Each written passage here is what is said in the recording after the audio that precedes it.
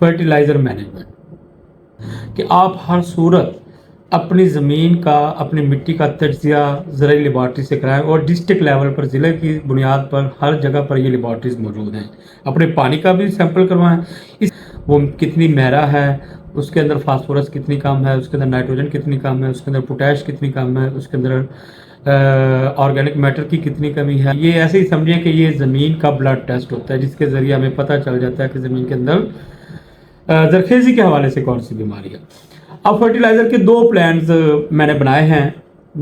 एक तो है 60 से 70 मन पैदावार लेने के लिए, थोड़ा सा वो एक्सपेंसिव है, लेकिन मैं एश्योर करता हूँ कि इसको मैंने प्रैक्टिकली एग्जामिन किया है। प्रैक्टिकली हमने एक्सपेरिमेंट्स किए हैं, जिसमें हमने मतलब बदतरीन हालात में जब आम ज़मींदार की 30 से 35 मन पैदावार आ रही थी, तो उस वक्त भी इन फर्टिलाइज़र की मदद से, जो फर्टिलाइज़र प्लान में देने जा रहा हूँ, उस वक्त भी हमारी 45 से 50 मन पैदावार आई थी। और जिस वक्त 45 से 50 मन पैदावार आम ज़मींदार की आती है, तो ये प्लान आप यकीन करें 60 से 70 मन ज़रूर देगा। तो फर्टिलाइज़र गंदम के अंदर दो तरीके से हमने अप्लाई करना है, एक है बिजाई के वक्त और एक है पहले पानी पे। और पहले पानी पे हमने इसका फर्टिलाइज़र मुकम्मल करना है। ये बिल्कुल खाम ख्याली है, कुछ लोग प्रैक्टिस करते हैं कि तीसरे पानी तक भी फर्टिलाइज़र को लेकर जाते हैं। गंदम के अंदर हमने किसी सूरत भी तीसरे पानी पे, दूसरे पानी पे नहीं लेकर जाना। उसकी वजह यह है कि गंदम की टिलरिंग जो होती है वो पहले पानी के बाद मुकम्मल हो जाती है, और मैक्सिमम फर्टिलाइज़र जो है, जो हमने अप्लाई करनी है, वो पहले पानी तक हमने अप्लाई कर देनी है। क्योंकि पहले पानी पे उसने क्राउन रूट्स जो होती हैं उसकी डेवलप होनी प्रॉपरली शुरू हो जाती है, टिलरिंग का प्रोसेस बड़ा स्पीडली शुरू हो जाता है जैसे पानी लगता है। तो जितनी फर्टिलाइज़र हम डिले करते जाएंगे, उसकी अवेलेबिलिटी तो होगी यकीनन, लेकिन वो उसकी हमारी टिलरिंग के हवाले से, हमारी फ्लैग लीफ के हवाले से, और जो हमारी मतलब उसकी प्रोडक्टिविटी के हवाले से, वो उसके फ़ायदा जो है वो कम होता जाएगा। पहले मैं प्लान शेयर करूंगा 60 से 70 मन का। उसमें हम दो तरीके से हम इस्तेमाल कर सकते हैं खादें। DAP के 2 बैग बिजाई के वक्त, यूरिया बिजाई के वक्त 730 kg, और SOP 50 kg बिजाई के वक्त। 3 combination, 50 kg SOP, 100 kg DAP, 30 kg urea. ये हमने बिजाई के वक्त जब हमने छट्टा देना है, उसके साथ ज़मीन फर्टिलाइज़र मिक्स करके बीज के साथ हमने छट्टा देकर ऊपर सी सुहागा कर देना है। और पहले पानी पे 70 kg यूरिया, 70 kg एक बैग, और 20 kg यूरिया, साथ उसके 5 किलोग्राम जिंक सल्फेट या 8 किलोग्राम क्रॉप सप्लीमेंट, जिसमें जिंक, आयरन, कॉपर, बोरान होता है, वो भी 4 kg के हिसाब से आ रहा होता है।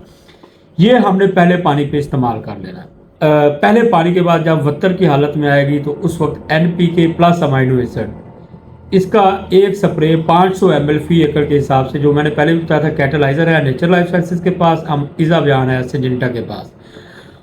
क्योंकि पहले पानी के बाद हमारी फसल की टिलरिंग स्टार्ट हो जाती है, और इसकी जितनी ज़्यादा टिलरिंग होगी उतनी ही ज़्यादा पैदावार होगी। और ये अमाइनो एसिड और NPK का स्प्रे मैं इसलिए रिकमेंड करता हूँ क्योंकि ये फोलियर फॉर्म में भी 2 वे हम फर्टिलाइज़र अप्लाई कर रहे होंगे गंदम को।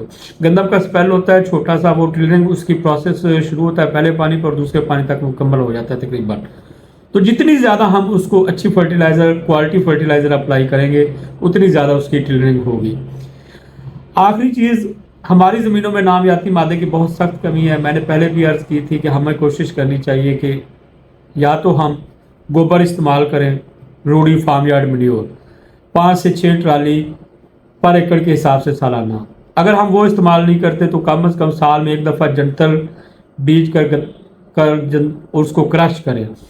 अगर वो भी नहीं करते तो हमें ऑर्गेनिक मैटर 100 kg के हिसाब से 25%, काफ़ी कंपनीज इसको कर रही हैं मार्केट, जिसमें नेचर लाइफ साइंसेज का साइफोर्गा है, ये 50 kg 25% के हिसाब से होता है। इसमें ये भी 100 kg जो है, ये हम बिजाई के वक्त इसमें इस्तेमाल करेंगे बीज के साथ बेसल डोज के तौर पर।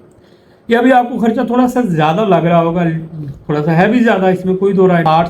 हम आम रूटीन में रह रहे हैं 40 से 50 मन, अगर हम 60 से 70 मन, ये मैं टेक्नोलॉजी शेयर कर रहा हूँ 60 से 70 मन की, ये आप ऐसा समझे 20 से 30 मन की पैदावार इजाफी का प्लान शेयर कर रहा हूँ। और मैं मतलब ये मैं इंश्योर नहीं करता, ये आपको गारंटी नहीं दे रहा, लेकिन मुझे यकीन करें कि ये मैंने एक्सपेरिमेंट किया हुआ और इसकी वजह से हमारी इतनी पैदावार में इजाफा लाजमी तौर पर होता है।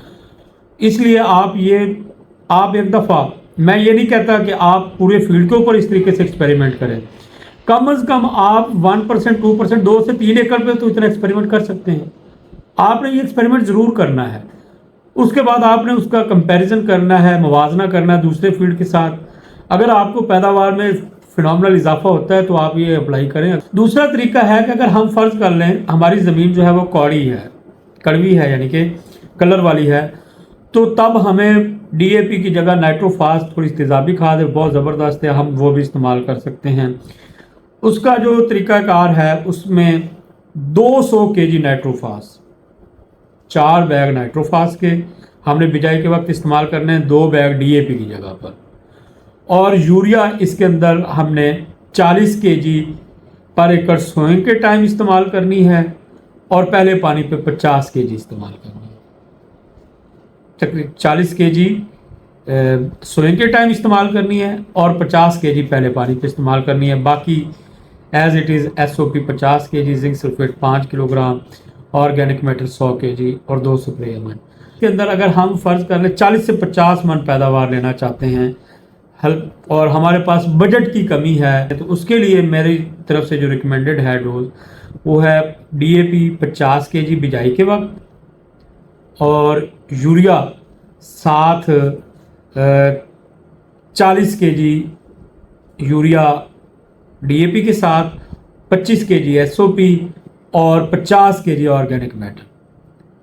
50 kg DAP, 25 kg SOP, 50 kg organic matter और 40 kg यूरिया, ये हमने बिजाई के वक्त और पहले पानी पे 50 kg, एक बैग यूरिया का और साथ 5 kg अपना जिंक सल्फेट हमने इस्तेमाल करनी है।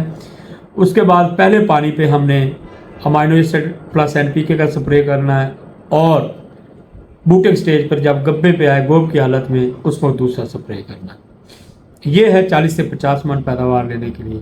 ये दोनों मेथड आपके सामने हैं, आपको जो बेहतर लगता है वो आप अप्लाई करें।